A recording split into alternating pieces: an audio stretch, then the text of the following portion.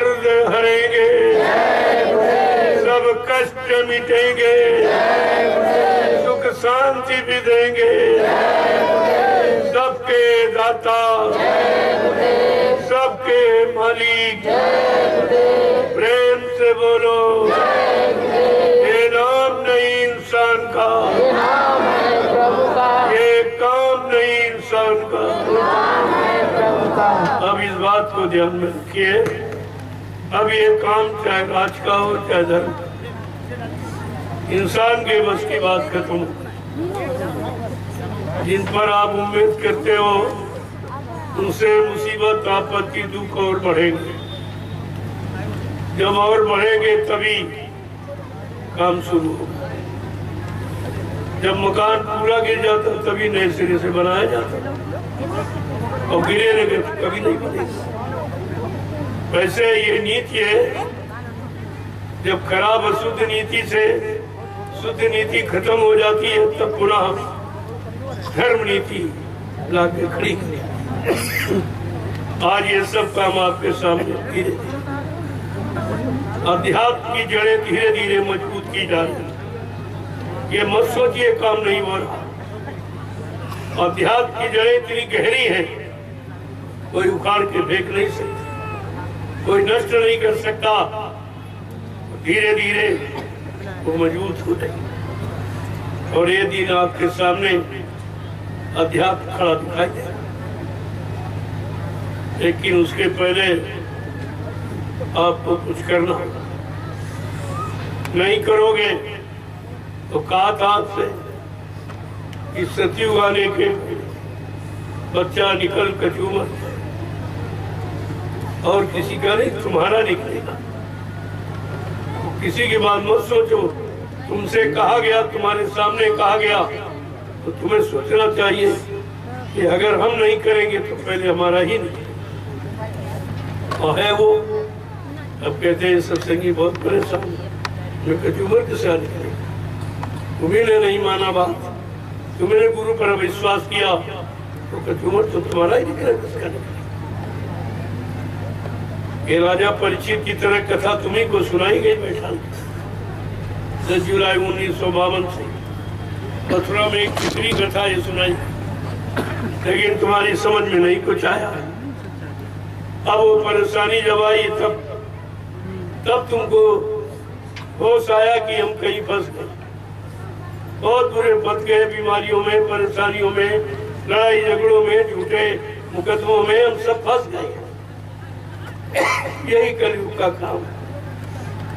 कलयुग जा रहा तो ऐसे ऐसे काम कर रहा, सबको तबाह कर रहा, सबको परेशान। कहा तो अगर बात तुमने मेरी न मानी तो बच्चा निकल कर चुका।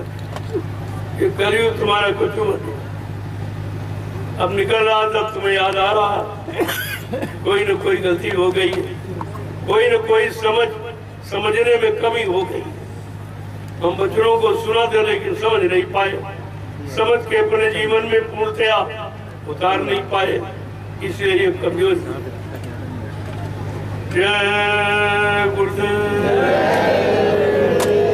अब चलते चलाते मैं भी आपका दर्शन कर लूं और धीरे से निकलो। मुझे भी निकल कर आगे कार्यक्रम लगे कुशीनगर में, गोरखपुर में, इसके बाद बुलंदशहर, उधर ये कई कार्यक्रम भी है। मैं तो एक दिन विश्राम ही नहीं लेता हूँ, इतनी सर्दी में, इतनी उम्र में कितनी मेहनत करता हूँ। और वो आप सबके लिए, अपने लिए तो मैंने कुछ किया ही नहीं, क्योंकि हमको भौतिकवाद की जरूरत नहीं है। हमको तो अपने अध्यात्मवाद की जरूरत है, उसी को लाना चाहता हूँ और उसी में सबको, यानी मतलब खड़ा करना। सब लोग खड़े हो जाए तो जीवन सुखमय हो जाएगा। वहां तो कहाँ, सतयुग में तो सतयुग योगी सब विज्ञानी करी हर ध्यान करे वो प्राणी। सतयुग की ध्येय व्यवस्था है, दुख का कहीं नामो निशान नहीं है, एकदम मतलब सुखी सुख शांति सा। ऐसे समय को लाने की तैयारी। उसमें भागीदार हो जाओगे, तुम्हारा इतिहास बन जाएगा। नहीं भागीदार बनोगे तो अलग हो जाओगे, बाद में रोगे चिल्लाओगे, नहीं हमारा नाम नहीं आया, हमको नहीं पूछा जा रहा, हमें नहीं। फिर तो पहले कहा गया था, आगे समय आ रहा, लोग कहेंगे हम 70 के नामदानी, 75 के नामदानी, लेकिन पूछा जाएगा जो बीच में काम हुआ उसमें तुम्हारा कोई हिस्सा नहीं है, कोई भागीदारी नहीं है, कैसे तुम्हें मान लिया जाए? इतने पुराने नामदानी काम कुछ नहीं, काम कुछ नहीं, नामदानी पुराने। तो ऐसे पुराने से लाभ क्या है, जो न अपने काम आया न दूसरे काम।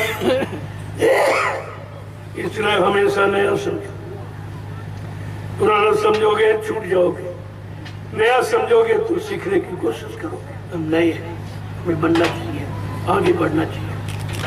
जय गुरुदेव। आज से इस कार्यक्रम को पूर्ण विराम दिया जाए। खत्म तो नहीं तो मुझे चलेगा, जब तक सत्यु नहीं आएगा बराबर संदेश प्रसारित होता ही रहेगा। कितने आए, कितने चले गए, कितने और चले जाएंगे और फिर आ जाएंगे, क्योंकि सत्यु की सीमा 1000 वर्ष। अभी तो बहुत बार आप आओगे जाओगे, अच्छे परिवार में जन्म हो जाएगा, सत्संगी परिवार में शुरू से नामदान मिल जाएगा, बचपन भजन करने लोगों। इसीलिए समय रखा गया है कि जितने जीवों को नामदान दिया गया है 1000 वर्ष में सबको घर पहुंचा दिया जाए, कोई बाकी नहीं रहे। लेकिन ये 1000 के सारे मत जल्दी पहुंचो, इतना समय क्यों बार बार जन्म मरण में लगाओ? अरे जल्दी पहुंचो, एक ही जन्म में पहुंचो तो अच्छी बात है। अब तुम लापरवाही करोगे, नहीं 1000 वर्ष बहुत समय लंबा देखा जाएगा, लेकिन मुसीबत तो रहेगी जन्म मरण की। जन्म मरण की मुसीबत बहुत है। जन्मत मरत से दुख हुई, जन्म मरण की सैनी पीड़ा है, उससे बचने के लिए तो आपको नामदान दिया गया, और फिर भी आप पूरा काम न कर पाओ और न बच पाओ तो फिर नामदान का मतलब क्या हुआ? तुम हजारों जन्म लेने के सारे बैठे हो, तुमको अपने एक ही जन्म में काम कर लेना चाहिए। जय गुरुदेव। आज सर्दी के मौसम में सूर्य दिखाई नहीं दे रहा है, लेकिन फिर भी इतनी संख्या में लोग, ये सब बड़ा ताज्जुब हो रहा है। ये यूट्यूब पर सब देख रहे लोग, तुम अपने को नहीं देख पा रहे हो, तुमको सब दिख। आज पूरे हिंदुस्तान की दृष्टि तुम्हारे पर है कि ऐसी भीषण सर्दी में लोग रजाई बिस्तर से बाहर होना नहीं चाहते। आज इतने लोग सत्संग सुन रहे हैं, कितनी बड़ी महिमा ये है। ऐसा नहीं है तुम्हारे से लोग प्रेरणा ले रहे हैं कि संत मत के प्रेमियों को इस तरह कुर्बानी देनी चाहिए, इस तरह मेहनत करनी चाहिए, परिश्रम अपनी जीवात्मा के कल्याण के लिए ऐसी तपस्या करनी चाहिए। जय गुरुदेव। देखो इस मैदान को आपने प्रयोग किया है, आपने बैठ के भजन किया सुबह शाम, तो ये तीर्थ बन गया, तीर्थ। लोगों की मनोकामना यहाँ से पूरी होगी। शुभ कर्म की, अशुभ कर्म की नहीं, शुभ कर्म। अगर शाकाहारी बनकर संकल्प करो तो पूरा होगा। ये स्थान छोटा मोटा नहीं है। क्या कभी आपने कभी सोचा था इस जगह पर इतने आदमी आ जाएंगे, इतनी बड़ी भीड़ आ जाएगी? कभी स्वप्न में भी आपने नहीं सोचा। ये धरती का भाग्य है, धरती का। अब इंसान ना पाए, अपना भाग्य ना बना पाए तो बात अलग है, लेकिन धरती का भाग्य। इतने लोग, इतना आत्म कल्याणकारी संदेश इस धरती पर हुआ है, और समय के जगह नाम का प्रचार वायुमंडल में हुआ। जहां तक जय गुरुदेव नाम की आवाज जाएगी वहां तक के कष्ट मुसीबत दूर होगी। इसीलिए आपसे नाम लिवाया जाता है। जोर से बोलो, बहुत जाए आवाज, बहुत दूर तक, जहां तक पहुंचेगी वहां तक मंगलाचरण होता है। भाव को भाव वाला काल समूह नाम जपति मंगल दिश दसों, दसों दिशाओं में मंगलाचरण होता है। नाम का इतना बड़ा प्रभाव है, ऐसे आपको थोड़ी कहा जा रहा। तो आप बड़े भाग्यशाली हो जो ऐसे भीषण कलयुग में एक शुद्ध और विशुद्ध ये धर्म चर्चा सुना है। जो हिंदुस्तान में कई थे, न राजा के मुख से न प्रजा कई थे, वो चीज आपको सुनने को। फिर कभी मौका मिलेगा तो आपके दर्शन करो, सच नहीं है। अब हम आपसे आदेश मांग रहे, चाहते हैं कि धीरे से आगे की तरफ चले। जगह जगह होते हुए प्रेमियों का दर्शन करते हुए मैं आश्रम ज्ञानाश्रम पहुंचूंगा और वहां से तुरंत मतलब यानी आगे 26 जनवरी का कार्यक्रम जो कुशीनगर में लगा है वहां पहुंचे 5 दिवसीय। इसके बाद गोरखपुर में 5 दिवसीय। इसके बाद आपका बुलंदशहर में फरवरी के महीने में वहां होता है। धीरे धीरे धीरे धीरे ये पूरे हिंदुस्तान में खबर फैल। सब लोग तो चुपचाप बैठे हैं शांत, लेकिन मैंने तो कहा भाई मैं तो शांत जब भी हूँगा जब सत्यु आ जाए। हम सत्यु लाके तुम लेंगे, ये तुम्हें बताए देते हैं। हम तो ऐसे बैठने वाले नहीं हैं। इसका संकल्प लिया गया, जब तक वो नहीं आ जाएगा तब तक बैठने का स्वाद।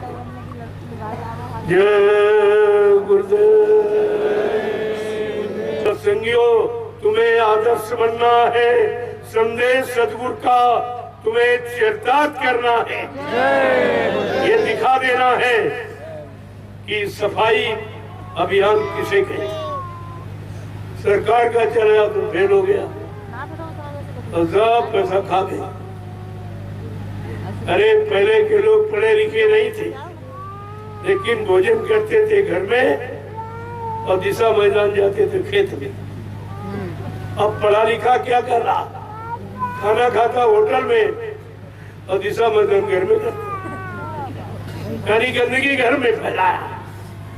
अंतर कितना, एक ईट इधर किचन इधर, लेकिन सारे कीटाणु के भोजन में जाते।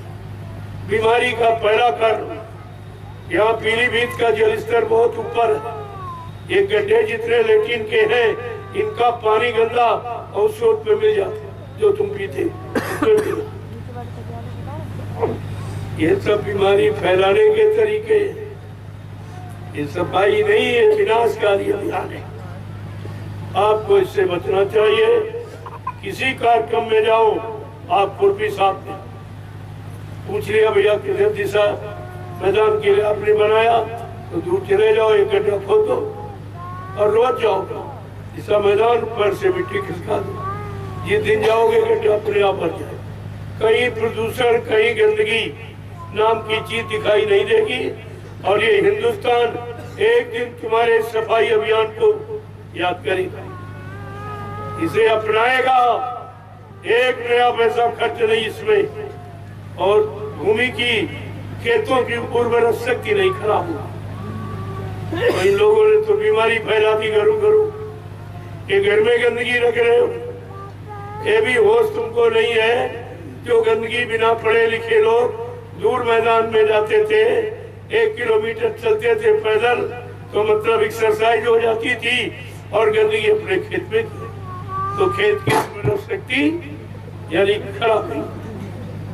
आज ये सब खत्म हो गया। ऐसा राजा आया, सब कुछ खत्म कर दिया, कुछ नहीं। और बड़े आप खुश हो कि बहुत बढ़िया किया, शौचालय बना दिया, तो घर में बनवा दिया शौचालय। ये बड़ी बुद्धिमानी की तुमने, सारी गंदगी घर में रखी तुमने, और बड़े होशियार बुद्धिमान बनते हो।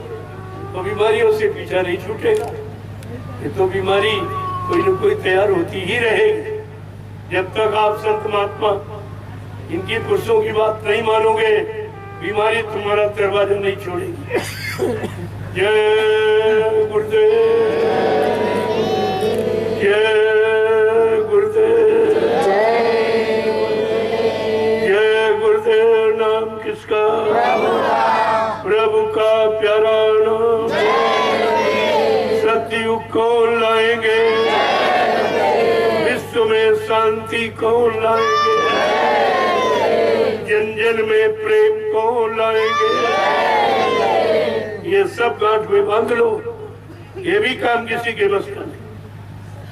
अगर कोई चाहिए काम, ये नहीं कर पाता। आपको तो सब याद कराया जा रहा, और यही तुम्हारे जीवन के असली काम है, जिससे सुख शांति आपको मिले। और वो तो ये मिलने वाले हैं, ये तो अपनी सुख शांति का साधन बनाते। तुम्हें कितना तुमको तकलीफ हो, उनसे उनका इससे कोई मतलब। भारत की जनता रो रही, चिल्ला रही, कोई सुने वाला नहीं। इससे ज्यादा क्या हो सकता? अगर अब भी नहीं जागे तो आगे मुसीबत का पहाड़ टूटेगा। टैक्स देते देते तुम्हारी कमर टूटेगी। ये सब व्यवस्थाएं तैयार हो रही। चुनाव का मतलब ही है महंगाई। चुनाव का सच्चा अर्थ है महंगाई। जय गुरुदेव। आपको इन लोगों ने पाप बताया ही नहीं। क्या बेरोजगारी है पाप नहीं है? क्या महंगाई है पाप नहीं है? क्या टैक्सों की भरमार है पाप नहीं है? तुमको तो इन्होंने बताया ही नहीं कि पाप किसे कहते हैं। पाप जिसमें अपना नुकसान, अपनी हानि हो, उसे पाप ही कहते हैं। लेकिन आपको ये बताया नहीं गया पाप किसे कहते। क्या ये मारकाट पाप नहीं है? कहा शेर को मार दो तो कहते उम्र कैद होती उसको। ये मुर्गा मारा जा रहा, बकरा काटा जा रहा, मछली काटी जा रही, ये जीव नहीं है। इनमें जीवात्मा नहीं है क्या? क्या इनको परमात्मा ने नहीं बनाया? इसको पाप नहीं कहते क्योंकि इनका व्यापार है। इनका ये व्यापार है, विदेश से करते, इसलिए इसको पाप नहीं। खाली गौ हत्या पाप है, और बकरी हत्या, मुर्गा हत्या ये पाप नहीं है। इनको तो पाप की परिभाषा भी नहीं मालूम, और जानते हैं तो बताते नहीं। लेकिन आपको तो सोचना चाहिए। कहते हैं गोवध नहीं करो, गोवध पाप है, और ये मुर्गा, बकरा, मछली, इनका वध क्या पुण्य है? क्या ये पुण्य है? अरे कुछ तो सोचो उस परमात्मा की, क्योंकि तुमको भी जाना पड़ेगा कि राजपाट तुम्हारा साथ नहीं देगा। तुम्हारे पहले कितने राजे महाराजे बादशाह आज भी नरकों में पड़े, जमराज की जूतियों की मार खा रहे, उन्हें कोई बचाने वाला नहीं है। तुम कहां से बच जाते? तो तुमको भी अपना परिणाम सोचना चाहिए, क्योंकि परमात्मा की तरफ से परिणाम में कोई भेदभाव नहीं होता। वो सबको बराबर सजा, चाहे राजा हो चाहे प्रजा हो। जो अनैतिक कार्य करेगा उसको सजा मिलेगी। ये शायद समझते होंगे हम बच जाएंगे, हम राजा। अरे उसके यहाँ राजा प्रजा कुछ नहीं, बल्कि राजा को तो और बुरा परिणाम भोगना पड़ेगा।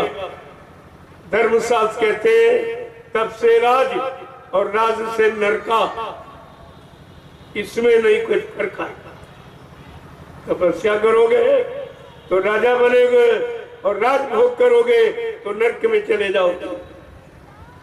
राजभोग के लिए नहीं, राज सेवा के लिए। सेवा, राजाओं ने सेवा की तो बेचारे नरक में चले गए, नहीं बच पाए। और तुम्हारी तो कोई सेवा है ही नहीं। तुम्हारा काम कोई समाज सेवा, कोई देश सेवा में कुछ भी नहीं, केवल अपनी सेवा, अपने लोभ लालच मान सम्मान अधिकार कुर्सी के सेवा के अलावा देश की कोई सेवा। तो इनका परिणाम कैसा होगा? कितने हजार वर्षों तक नरकों में ये जमराजा की मार खाएंगे। उस समय इनकी समझ में आएगा कि हमने क्या किया, अपनी प्रजा के साथ क्या किया। नीत का व्यवहार भी नहीं कर पाए, इनकी रक्षा सुरक्षा नहीं कर पाए, इनको रोजी रोटी की व्यवस्था नहीं कर पाए, इनको टैक्सों से यानी महंगाइयों से मुक्त नहीं कर पाए, तो ये अंत में इनको सोचना पड़ेगा, विचार करना। इसलिए मेरा यह संदेश जिन जन की कांत अगर पहुंच जाए तो सब सुखी हो जाएंगे, सब बच जाएंगे अनैतिक कार्यों से और इन लुटेरों से उनकी रक्षा हो जाएगी। और नहीं मानोगे तो जानो तुम्हारा काम जानो। मेरा काम तो बताने का, आगाह करने का है कि आगे खराब समय आ रहा इन्हीं के द्वारा जिनके पीछे दौड़ रहे। अगर तुम दौड़ना बंद कर दो तो अभी तुम कुछ हद में बच सकते हो, तुम्हारा भी बचने का कोई प्रश्न नहीं। इसलिए महापुरुषों ने जन जागृति का संदेश, आज मैं ये जन जागरण का संदेश लेके निकला। चलो कुछ आप अच्छा काम नहीं कर पाए हो तो कम से कम शाकाहारी बन जाओ, अपने लिए तो कुछ बचाओ सोच लो। शाकाहारी बन जाओगे, बीमारियों से बच जाओगे। शाकाहारी वही बनेगा जो जीवों से प्रेम करे, परमात्मा खुदा के बनाए जो जीवों से प्रेम करेगा वो शाकाहारी माने, उसे शाकाहारी कहते। ये सब आपको समझना चाहिए। मैं तो यही इशारा कर रहा हूं, आज भी तुम गफलत की नींद को त्यागो और अपने लाभ के लिए खड़े हो जाओ तो तुम कुछ बच सकते हो। इसलिए मेरी प्रार्थना है, ये सृष्टि में जितने मिशन, ये प्रभु नाम से कोई नहीं जुड़े, प्रभु नाम की महिमा से एकदम वंचित, इनको मालूम ही नहीं है। और गोस्वामी महाराज ने उत्तरकांड में ये लिखा, एक अनी अनामा अज सच्चानंद प्रभु धामा। एक ही अनामी धाम है, वहाँ एक अनामी महाप्रभु है। जब अनामी महाप्रभु स्वतः मानव चोला धारण करके मृत्युलोक मंडल पर नहीं आएगा, प्रभु नाम को नहीं जगाएगा, प्रभु नाम को नहीं सिद्ध करेगा, प्रभु नाम की नौका भवसागर में नहीं लगाएगा, तब तक कोई जीवात्मा इस भवसागर को पार करके नहीं जा सकती। अब आपको विचार करना चाहिए कि भाई प्रभु नाम कहाँ है। जितने मिशन हिंदुस्तान में सबकी बात कह रहा हूं, सब जगह चले जाइए लेकिन प्रभु नाम कहीं नहीं मिलेगा। और जब तक प्रभु नाम नहीं होगा तो कलयुग के जीवों का काम कोई कर ही नहीं सकता। हर युग का नाम अलग रहा है। सतयुग में हरि नाम, त्रेता में राम नाम, द्वापर में कृष्ण नाम और कलयुग में प्रभु नाम, जय गुरुदेव नाम।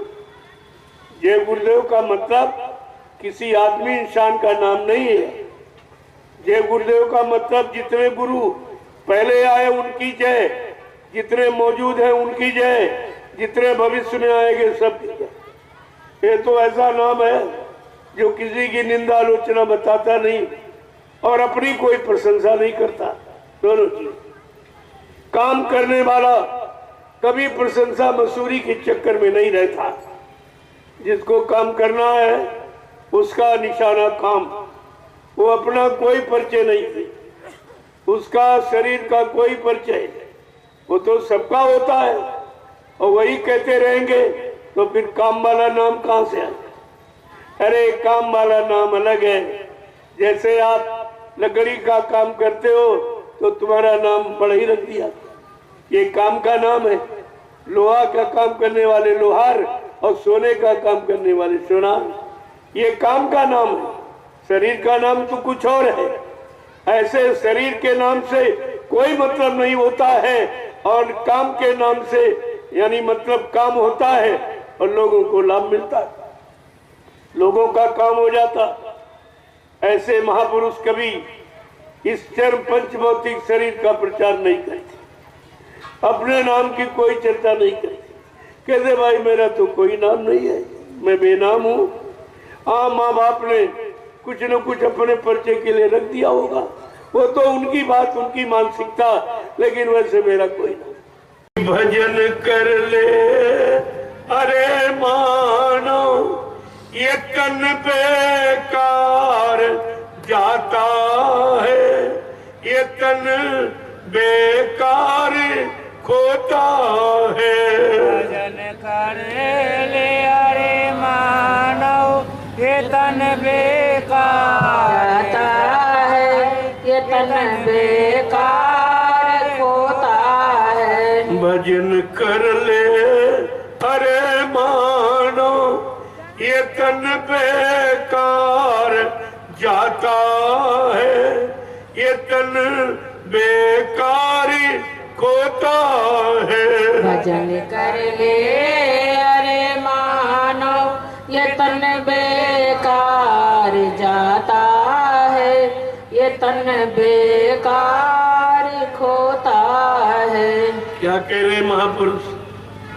अरे ये मानव तन मिला है, बड़े भाग्य मानुष तन पावा, सुर दुर्लभ देवताओं को दुर्लभ। ऐसा ये मानव शरीर है, सुर दुर्लभ, देवताओं को भी दुर्लभ। देवता देवलोक में बैठ के कामना करते, एक बार मालिक की मौज हो जाए, हमें मानव शरीर मिल जाए।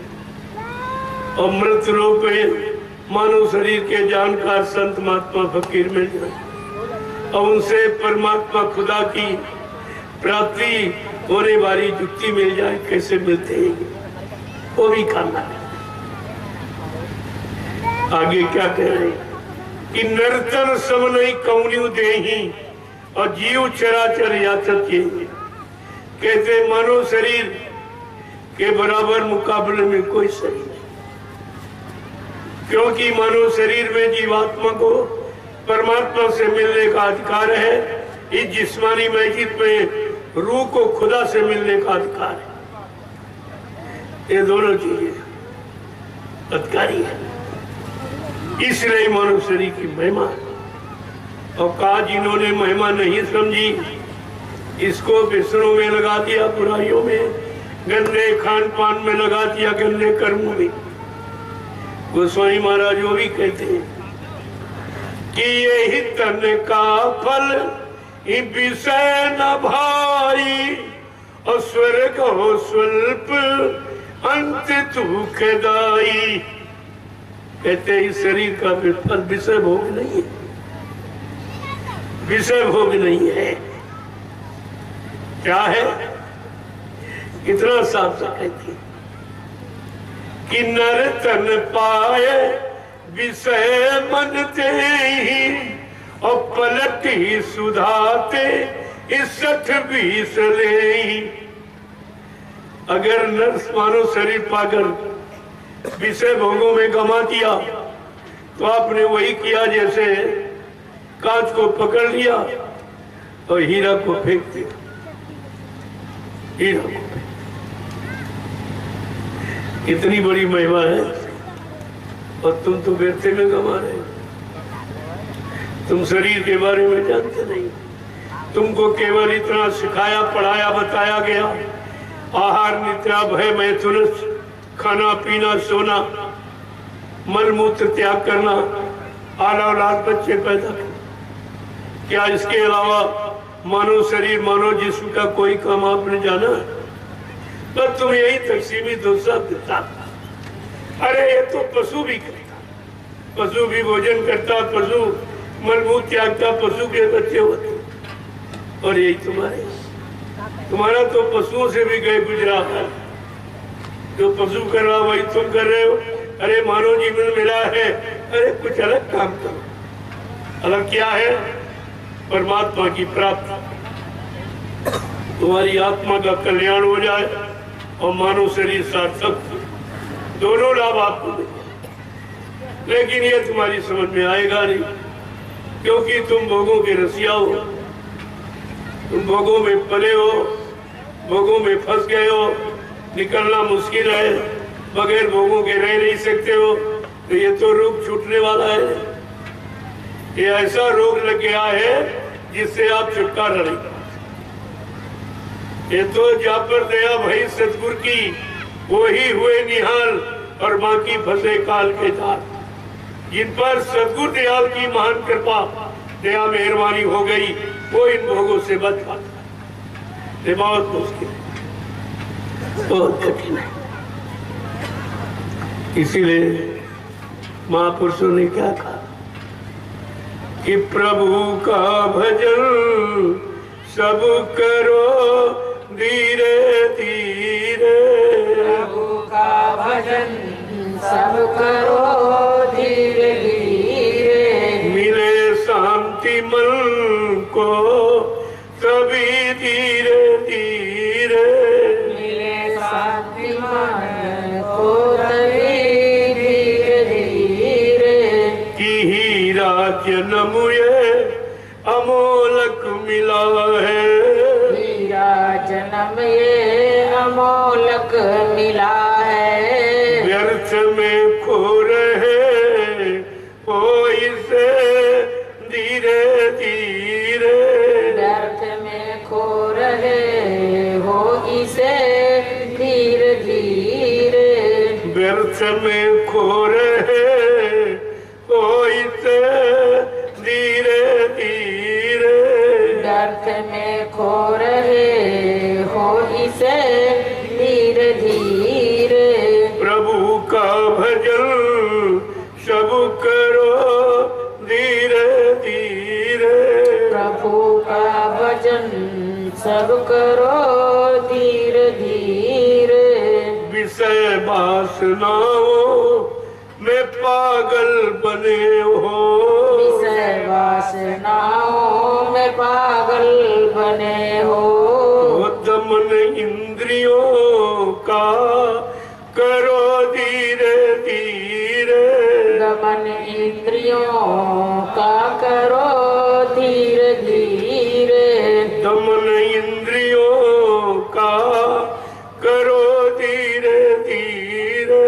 दमन इंद्रियों का करो धीरे धीरे, मिले शांति मन को सभी धीरे धीरे, मिले शांति मन को तभी धीरे धीरे, कि माता पिता सुत ये तारा बिरादर, माता पिता सुत ये दारा बिरादर, सबों से किनारा करो धीरे धीरे, सबों से किनारा करो धीरे धीरे, मिले शांति मन को तभी धीरे धीरे, मिले शांति मन को तभी धीरे धीरे, प्रभु का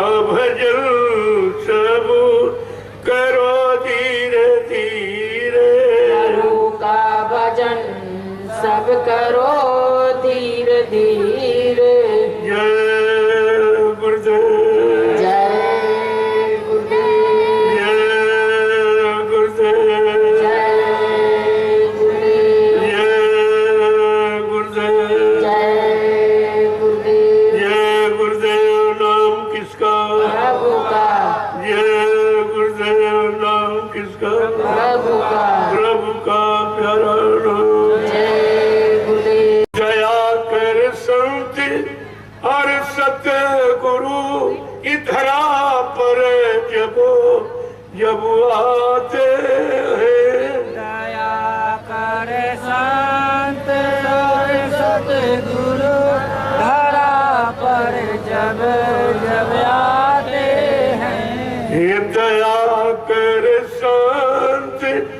और सतगुरु धरा पर जब जब आते हैं। दया कर संत और सतगुरु धरा पर जब जब आते हैं। हे फंसे भवजाल में जीवों को निज बल से उठाते हैं।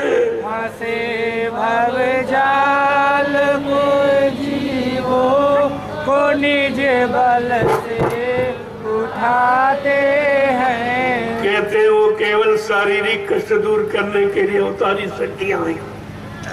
उन्होंने जन्म लिया, लेकिन संतों ने ये जन्म नहीं लेते, आते हैं, प्रकट होते हैं।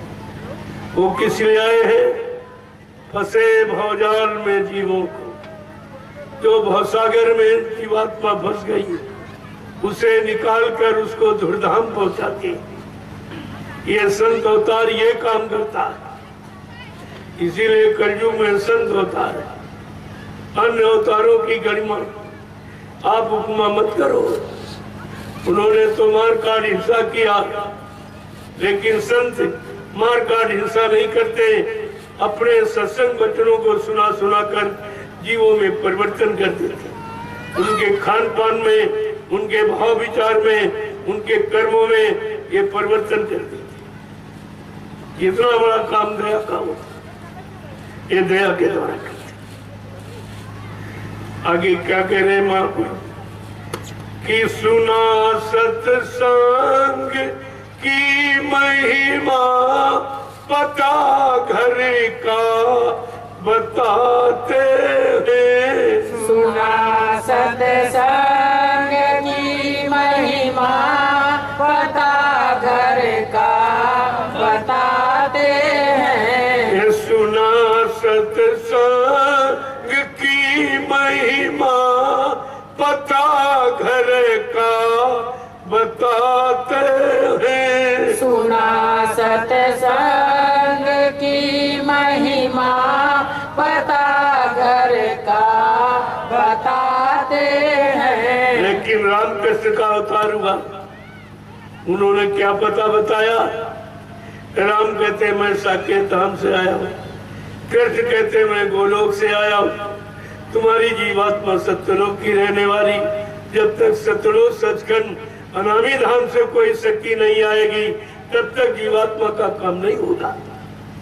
इनका तो परिचय मिल गया आपको, ये बीच के लोग से आए थे, इनकी पूजा करके बीच के लोग तक पहुंच सकते, लेकिन तुम्हारी जीवात्मा का उद्धार कल्याण नहीं होता, परमात्मा का दर्शन नहीं हो सकता, परमात्मा से नहीं मिल सकती जीवात्मा। सुना सत्संग की महिमा, पता घर का बताते हैं। सुना सत्संग की महिमा, पता घर का बताते हैं। दया कर संत हरि सतगुरु धरा पर जब जब आते हैं। दया कर संत और सतगुरु धरा पर जब जब आते हैं। फंसे भवजाल में जीवों को निज बल से उठाते हैं। फंसे भवजाल में जीवों को निज बल से उठाते हैं। ये काम कोई नहीं कर सकता। भवसागर में तुम्हारी जीवात्मा फंसे, इसे निकाल कर सतलोक पहुंचाने का काम ये अवतारी शक्तियों का नहीं है, ये संतों का काम है। संत वहीं से आते हैं जहां से जीवात्मा है। जिस देश की जीवात्मा रहने वाली है वहीं से संत आते हैं। उनको पूरा भेद मालूम है, ये जीवात्मा कैसे जगेगी, काल माया के देश में कर्मों के जाल में फंसी कैसे निकलेगी और अपने घर मंडल मुकाम कैसे पहुंचेगी। है देते नाम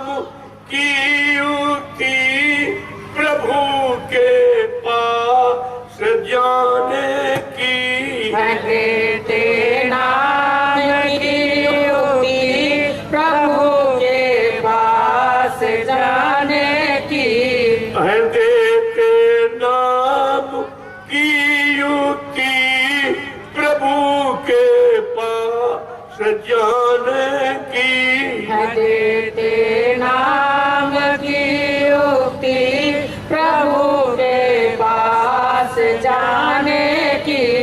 ये प्याला नाम के रस का जिसे छक छक पिलाते हैं। ये प्याला नाम के रस का जिसे छक छक पिलाते हैं। दया कर संत और सतगुरु धरा पर जब जब आते हैं। दया कर संत और सतगुरु धरा पर जब जब आते हैं। फंसे भवजाल में जीवों को निजी बल से उठाते हैं। फंसे भवजाल में जीवों को निज बल से उठाते हैं। युगों की भूल भटकी आत्मा रोती बिलखती है। युगों की भूल भटकी आत्मा रोती बिलखती है। युगों की भूल भटकी आत्मा रोती बिलखती है। युगों की भूल भटकी आत्मा रोती बिलखती है। ये सहारा नाम का देकर इसे अपना बनाते हैं। सहारा नाम का देकर इसे अपना बनाते हैं। चला कर कर्म की ढेरी करा कर से वतन मन की। जला कर कर्म की ढेरी करा कर से वतन मन की। ये कर्मों की रिहाई का जिसे जरिया बताते ये हैं। कर्मों की रिहाई का जिसे जरिया बताते हैं। दया कर संत और सतगुरु धरा पर जब जब आते हैं। दया कर संत और सतगुरु धरा पर जब जब आते हैं। ये फंसे भवजाल में जीवों को निजी बल से उठाते हैं। फंसे भवजाल में जीवों को निज बल से उठाते हैं। प्रेम से बोलो जय गुरुदेव। नाम किसका? प्रभु का प्रभु का प्यारा नाम। जय